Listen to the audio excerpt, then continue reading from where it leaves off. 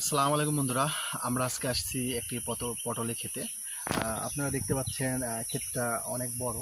এটা প্রায় আপনার 1 বিঘার কাছাকাছি হবে পটলের ক্ষেতটা।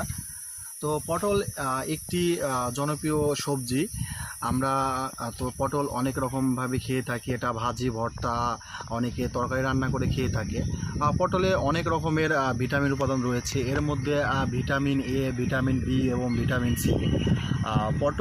পটলে রয়েছে কোলেস্টেরল মাত্রা নিয়ন্ত্রণ করার উপাদান, যার ফলে পটল খেলে কোলেস্টেরলের পরিমাণ অনেক কম থাকে।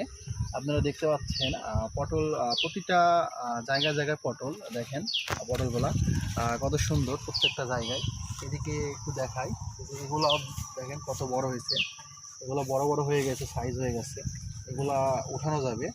তো খেতে অনেক পটল দেখেন, প্রত্যেকটা পটলের সাইজ অনেক সুন্দর। তো যারা পটল চাষ করতে চাচ্ছেন তারা করতে পারেন এভাবে মাচা করে। মাচা করে দিয়েছে, মাচার উপর পটলগুলা সুন্দরভাবে ধরে আছে।